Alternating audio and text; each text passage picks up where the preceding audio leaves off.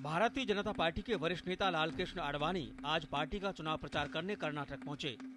बेलगांव के सौदंती विधानसभा में एक चुनावी जनसभा को संबोधित करते हुए उन्होंने कहा कि कांग्रेस ने मुसलमानों को केवल वोट बैंक के तौर पर इस्तेमाल किया है। उन्होंने कहा कि भाजपा देश के हर नागरिक का विकास चाहती है। हमारे खिलाफ जितना भी प्रचार करे दुनिया,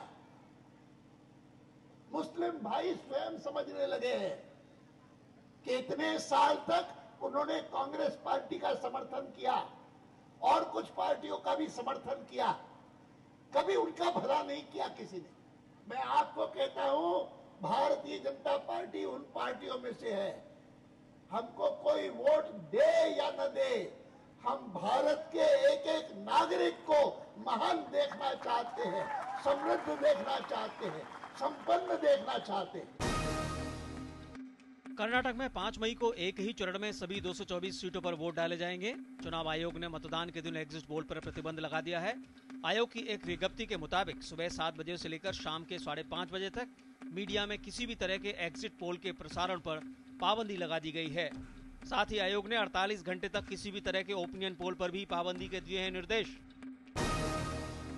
चुनाव आयोग राज्य में हो रहे विधानसभा चुनावों में मतदाताओं की भागीदारी को सुनिश्चित करने के लिए हर संभव जागरूकता अभियान में लगा हुआ है।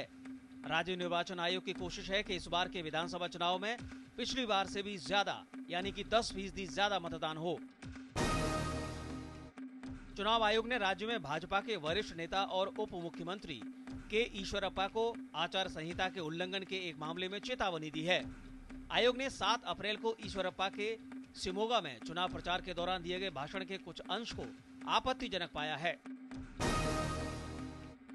जनता दल सेक्युलर के राष्ट्रीय अध्यक्ष और पूर्व प्रधानमंत्री एचडी देवेगौड़ा ने कल बेंगलोर के राजाजी नगर इलाके में अपने प्रत्याशी के पक्ष में चुनाव प्रचार किया। एक चुनावी जनसभा को संबोधित करते हुए देवेगौड़ा ने कहा कि क्षेत्रीय दल राष्ट्रीय और राज्य की राजनीति में महत्वपूर्ण भूमिका निभा सकते हैं। जनता दल सेक्युलर भी चुनावी मैदान में जी तोड़ कोशिश कर रहा है। आज जेडीएस के राष्ट्रीय महासचिव दानिश अली ने बेंगलुरु में एक प्रेस वार्ता को संबोधित करते हुए कहा कि राज्य के विकास के लिए राष्ट्रीय नहीं बल्कि क्षेत्रीय पार्टियों की ही जरूरत है। आज कर्नाटक जनता पक्ष के सुप्रीमो येदियुरप्पा ने बेलगांव में एक चुनावी रैली को संबोधित किया।